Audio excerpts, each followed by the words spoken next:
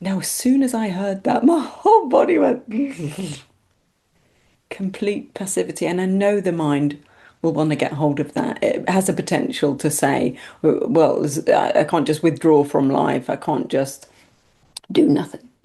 Because obviously that point of view is based in an identity that feels like it's the doer or speaks in terms of doing.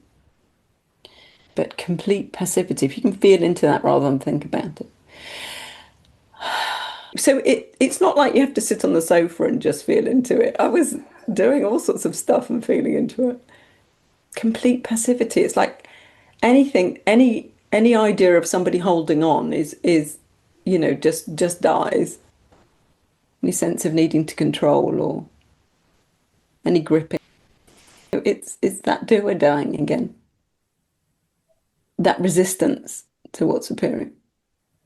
I don't know, does it strike anything for anybody else or is it just me? The lens nodding. Yeah, Robin. And I was doing it while I was stripping as well. So I was able to, hold some heavy machinery. I've got to grip it this way and I've got to spin this way. And I was still able to feel into complete passivity. And each time, something just drops, the shoulder turns or something just lets go spontaneously. So I just thought I'd offer that, just something that you might want to feel into. So it's not a doing. So would you It's say just that even the annoyance, you would have allow passivity in the annoyance, or just let have that sort of melt together? Is that what you're saying? let's just have a look. So let me try and pick up annoyance for a minute and then see through the laughter. Okay, so it's like a dense resistance and seriousness, I would say. Yeah. And then it's just then we don't have to do anything with that. It's just to notice almost the complete opposite. So we haven't actually done anything with what was appearing. We've just noticed that there's nobody holding on. There's nobody resisting. It's not a doing. It's not somebody going, right, I'm going to manage this. Every time I do it, my shoulder keeps dropping. The annoyance is very serious and contracted, isn't it? And almost is annoyed with itself, isn't it? Annoyance. Yeah. And annoyance, a stronghold. Yeah, I feel the density of it. Yeah. And then so that's okay, so that's the density. So can you feel the opposite? This Yeah, but isn't that because that's the experience the I, me, little me wants is to have to go more to the spaciousness. So isn't it? So that's what I don't know where to do. Like if you have this annoyance, just fully mm, allow it, or try to move into the spaciousness, because that's the doing. to know what's looking, to know what Uh, you want. Any layers of thought around the annoyance and the resistance and the story around the annoyance and the idea that we need to do anything with annoyance. That's all coming from some sense of doing, some sense of contraction, some sense of a me potentially. There may be identification with it, there might not. But if we know what we are, so what's actual, what am I? So the annoyance is here. So there's some sense of, there's something that knows the annoyance, that's aware of it, and then there's turning towards that. And then you've got the complete passivity. What we are is, it's saying that there's nobody annoyed. What I am is, you said the identity drops. What I am just simply is effortlessly already here. Just a quiet, already okayness. Doesn't need the moment to be different. Isn't resisting anything. It's just totally here and just simply is.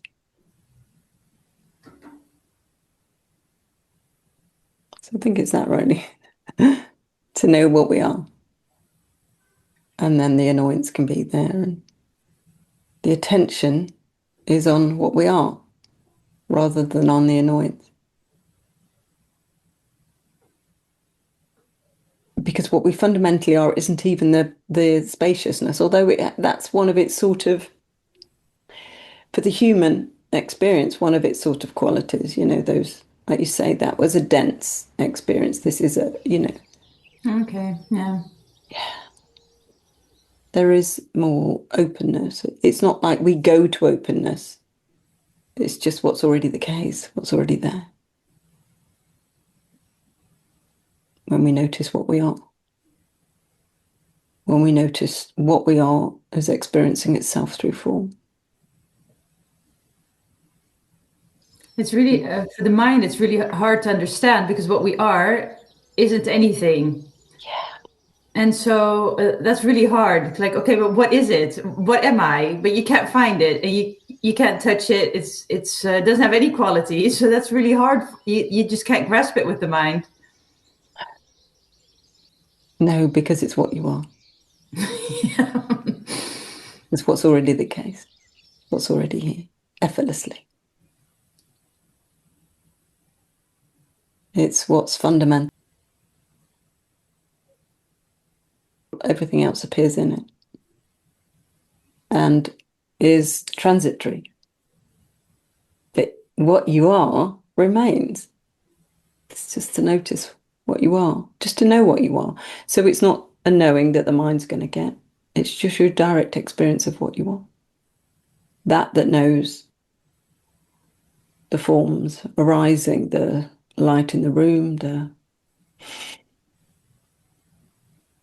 sound of my voice, the contact points of the body in the chair.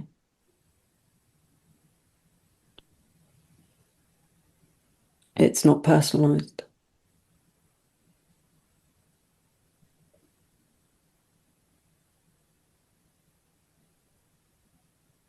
It's just what we all simply are. So it's effortless because it's already the case. So the effort appears in it. The management appears in it. The needing to get home, the what do I do with this appears in it. There's always something that knows the experience. So we can turn towards what we are. So that's just attention coming home, already home, but turning inwards instead of home and then looking at all the forms with the potential of getting drawn out into this. If we just turn towards what we are, it's just that undeniable fact that you simply are. So attention is on that doesn't come and go. And it sort of reveals itself because it's self-evident. It's all we've ever been. And it's what's always there when we look, when we turn. Not something the mind's not included in the direct seeing of that. The qualities, if we wanted to point, is that it simply is, and it's already here, and it's just what we are, effortlessly. And then in that arises a thought, a feeling, an emotion.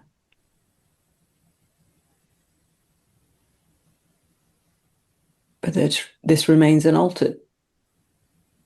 It's the knowing of all of that.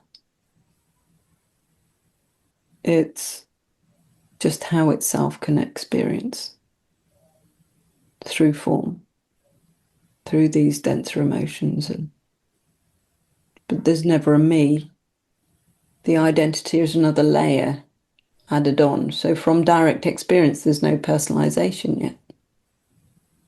With the personalization, you notice it becomes a little bit more of a story. I've got this, I need to get rid of it. What shall I do? So that's not somebody who's picked up identity, personalization, because nobody here.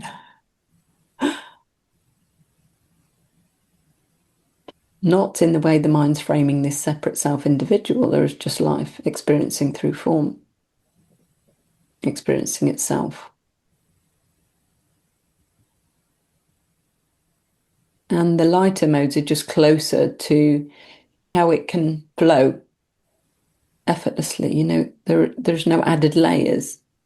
There's just life itself, or it's like a raw experience rather than a denser, more textured experience, layered, complex.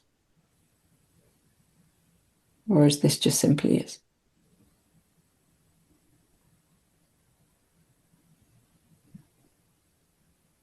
So yeah, it's a long way to say it's just to know what you are. It's so strange that I know I'm sitting here and this laptop is on and I know you're talking, and this direct experience that it knows that without me saying, oh, I'm watching, I'm in this group. It just knows I'm in the group. But that's so strange. It knows everything. Yeah, it is the knowing of everything. And the mind says, but how do you know? I mean, it's just the mind thinks it has to know what a laptop is and that it has to be in this meeting, but it's Yeah, actually just it already knows that. It's so strange. yeah. It's just the delayed response, how the Yeah. mind can frame the moment and talk about it, yeah, from a point of view. But it's not fresh, is it, once the mind's got hold of it? So Mm-hmm. it's immediate and fresh right now, what you are. Just the knowing of the moment, it's immediate. There's nothing apart from it. It's like we can't really divide this until we use a mind. And then that's not fresh anymore. It's not raw experience. It's working with concepts and ideas and knowledge.